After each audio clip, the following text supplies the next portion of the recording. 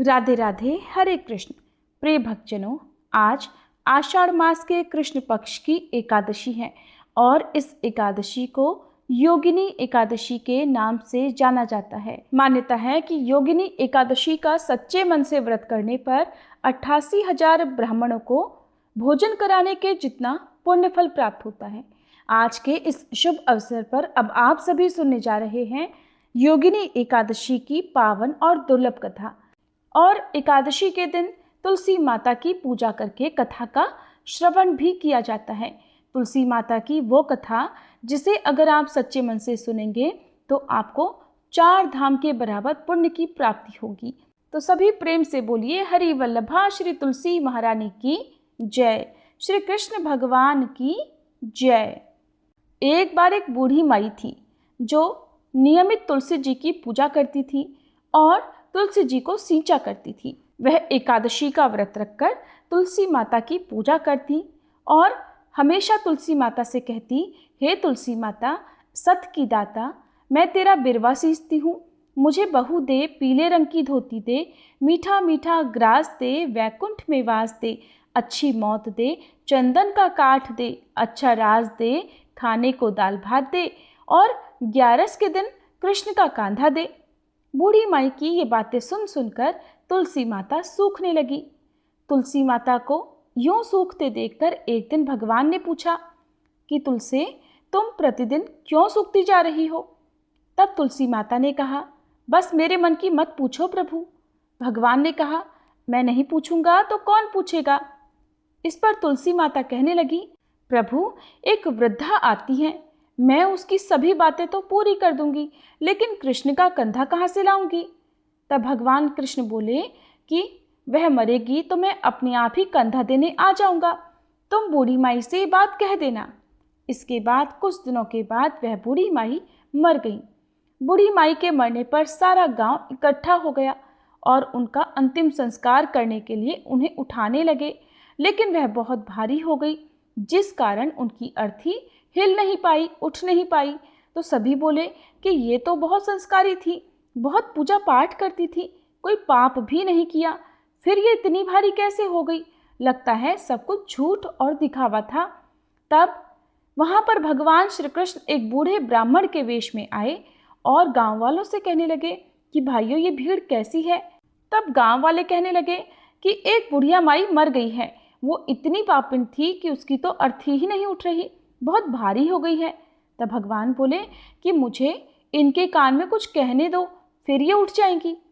भगवान ऐसा कहकर बूढ़ी माई के पास गए और उनके कान में कहने लगे, माई, तू अपने मन की कर ले, पीतांबर की धोती ले, मीठा मीठा ग्रास ले, वैकुंठ में वास ले, चटक की चाल ले, चंदन का काठ ले, झालर की झंकार ले, दाल भात को जीमन ले और ले कृष्ण का कंधा भी ले।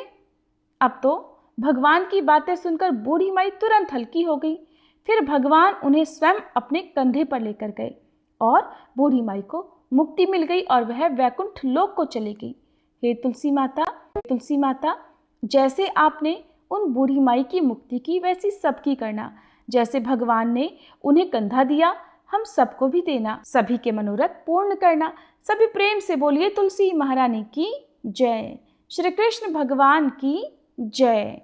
प्रिय श्रोताओं, आप सुनिए पद्म पुराण में वर्णित योगिनी एकादशी की कथा। सनातन धर्म में एकादशी व्रत को अत्यंत पवित्र और फलदायी माना गया है। इन सभी एकादशियों में आषाढ़ कृष्ण पक्ष की एकादशी का सबसे अधिक महत्व है, जिसे योगिनी एकादशी कहा जाता है। यह व्रत मनुष्य के पापों का नाश करने वाला, रोगों को दूर करने वाला और भगवान की कृपा प्राप्त कराने वाला माना गया है। इस पावन व्रत की कथा स्वयं भगवान श्री कृष्ण ने धर्मराज युधिष्ठिर को सुनाई थी। एक बार युधिष्ठिर महाराज ने भगवान श्री कृष्ण से पूछा, हे माधव, आषाढ़ मास के कृष्ण पक्ष में आने वाली एकादशी का क्या नाम है? कृपया करके उसका महत्व और उसकी कथा मुझे बताइए। तब भगवान ने कहा, हे राजन, इस एकादशी को योगिनी एकादशी कहते हैं और यह सभी प्रकार के पापों का नाश करने वाली और मनुष्य को भगवान की कृपा प्राप्त कराने वाली है। अब मैं तुम्हें इसकी प्राचीन कथा सुनाता हूँ, ध्यानपूर्वक सुनो। प्राचीन काल में हिमालय की सुंदर पर्वतमालाओं के बीच अलकापुरी नाम की एक दिव्य नगरी थी। वहाँ यक्षराज कुबेर का शासन था। महाराज कुबेर धन के देवता होने के साथ साथ शिव जी के परम भक्त भी थे। वे प्रतिदिन श्रद्धा और भक्ति से भगवान शिव की पूजा करते थे। उनकी पूजा के लिए प्रतिदिन दिव्य और सुगंधित पुष्पों की आवश्यकता होती थी। इन पुष्पों को लाने का कार्य हेममाली नामक एक गंधर्व करता था। हेममाली बहुत कुशल और सेवाभावी था। वह प्रतिदिन समय पर पुष्प लाकर महाराज कुबेर की पूजा को पूर्ण करवाता था। हेममाली की पत्नी का नाम विशालाक्षी था, जो अत्यंत सुंदर और गुणवान थी। दोनों पति पत्नी एक दूसरे से बहुत प्रेम करते थे, लेकिन धीरे धीरे हेममाली अपनी पत्नी के मोह में इतना डूब गया कि वह अपने कर्तव्य को भूलने लगा। एक दिन जब उसे भगवान शिव की पूजा के लिए पुष्प लेकर कुबेर महाराज के पास पहुंचना था, तब वह अपनी पत्नी के साथ समय बिताने में लग गया। उसे न समय का ध्यान रहा और न ही अपने महत्वपूर्ण दायित्व का स्मरण रहा। उधर महाराज कुबेर भगवान शिव जी की पूजा के लिए हेममाली की प्रतीक्षा करते रहे।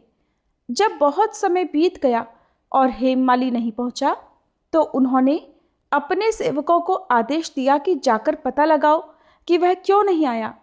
सेवकों ने जाकर देखा कि हेममाली अपने कर्तव्य को छोड़कर अपनी पत्नी के साथ रमण कर रहा है। उन्होंने वापस आकर ये बात महाराज कुबेर को बता दी। ये सुनकर महाराज कुबेर अत्यंत क्रोधित हो गए, क्योंकि उनके लिए भगवान शिव की सेवा सबसे बड़ी थी। महाराज कुबेर ने हेममाली को दरबार में बुलवाया।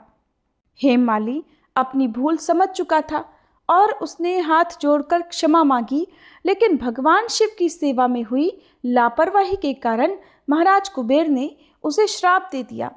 उन्होंने कहा, हे हेममाली, तूने अपने कर्तव्य को भूलकर मोह को महत्व दिया है, इसलिए तू स्वर्गलोक से गिरकर मृत्यु लोक में जाएगा और वहां कुष्ठ रोग से पीड़ित होकर अत्यंत कष्ट भोगेगा।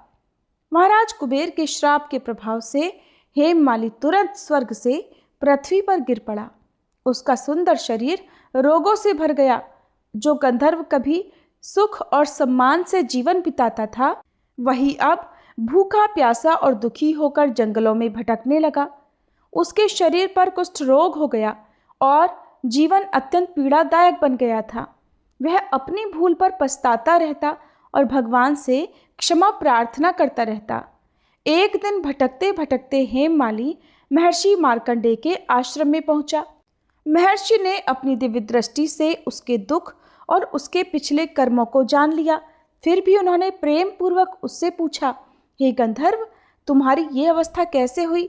हेममाली ने रोते रोते अपनी पूरी व्यथा सुनाई और अपने अपराध के लिए क्षमा मांगी। उसकी दुख भरी कहानी सुनकर महर्षि मार्कंडेय को उस पर दया आ गई। महर्षि ने कहा, हे हेममाली, तुमने अपराध अवश्य किया है, लेकिन भगवान की भक्ति और प्रायश्चित से बड़ा पाप भी नष्ट हो सकता है। तुम्हें आषाढ़ कृष्ण पक्ष की योगिनी एकादशी का व्रत श्रद्धापूर्वक करना चाहिए। भगवान विष्णु की पूजा और स्मरण करने से तुम्हारे समस्त पाप नष्ट होंगे और तुम्हें फिर से अपना दिव्य स्वरूप प्राप्त होगा। महर्षि के वचनों से हेममाली के मन में आशा का संचार हुआ। उसने पूरी श्रद्धा और नियम के साथ योगिनी एकादशी का व्रत किया। उसने भगवान विष्णु का ध्यान किया, पूजा की और अपने अपराधों के लिए सच्चे मन से पश्चाताप किया। उसकी भक्ति और श्रद्धा से जगत के पालनहार श्री विष्णु भगवान प्रसन्न हुए। धीरे धीरे उसका रोग समाप्त होने लगा और उसका दिव्य स्वरूप वापस लौट आया। फिर भगवान की कृपा से वह पुनः स्वर्गलोक पहुंचा और अपने पुराने स्थान तथा अपनी पत्नी विशालाक्षी को प्राप्त किया। भगवान श्री कृष्ण ने धर्मराज युधिष्ठिर से कहा, हे राजन, इस प्रकार जो मनुष्य श्रद्धा और नियम पूर्वक योगिनी एकादशी का व्रत करता है, उसके पाप नष्ट हो जाते हैं, रोग दूर होते हैं और उसे भगवान की कृपा प्राप्त होती है। इस कथा से हमें शिक्षा मिलती है कि मनुष्य को कभी भी अपने कर्तव्य और धर्म को नहीं भूलना चाहिए। संसार के मोह तो क्षणिक होते हैं, लेकिन भगवान की भक्ति और अच्छे कर्म ही जीवन का वास्तविक धन है।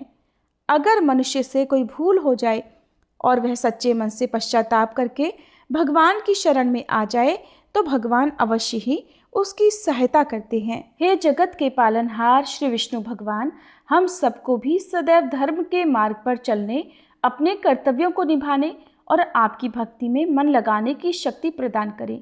योगिनी एकादशी का ये पावन व्रत सभी के जीवन में सुख शांति, आरोग्य और भगवान की कृपा लेकर आए। आप सब भी प्रेम से बोलिए योगिनी एकादशी की जय।